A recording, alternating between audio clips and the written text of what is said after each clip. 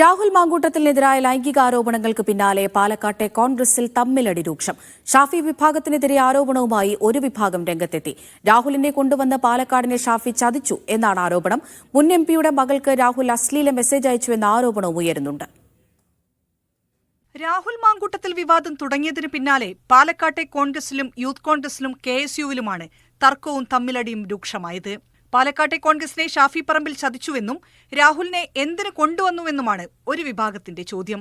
KSU Alathur മണ്ഡലം ഗ്രൂപ്പിലാണ് ഷാഫിക്കും രാഹുലിനുമെതിരെ വിമർശനമുയർന്നത്. കൂടാതെ youth കോൺഗ്രസിലെ പാലക്കാട്ടെ നേതാവിന് നേരെയും ആരോപണമുണ്ട്.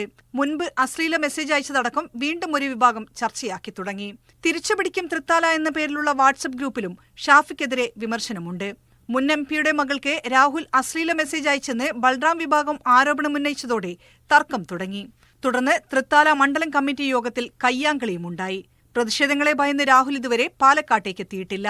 രാഹുലിന് സംരക്ഷണം നൽകാൻ ഫാൻസ് അസോസിയേഷന് ധൈര്യമുണ്ടോ എന്ന ചോദ്യവും ചിലർ ഉയർത്തുന്നു. രാഹുൽ മാങ്കൂട്ടം ആയിക്കോട്ടെ, ഷാഫി പറമ്പിലായിക്കോട്ടെ, പാലക്കാട് ഉണ്ടാകുമ്പോൾ അവരുടെ ചുറ്റോട് ചുറ്റും നടക്കുന്ന ഫാൻസ് അസോസിയേഷനിലെ ആളുകൾ തന്റെ ഇടമുണ്ടെങ്കിൽ ഇന്ന് സ്റ്റേറ്റ്മെന്റ് ഇറക്കണം.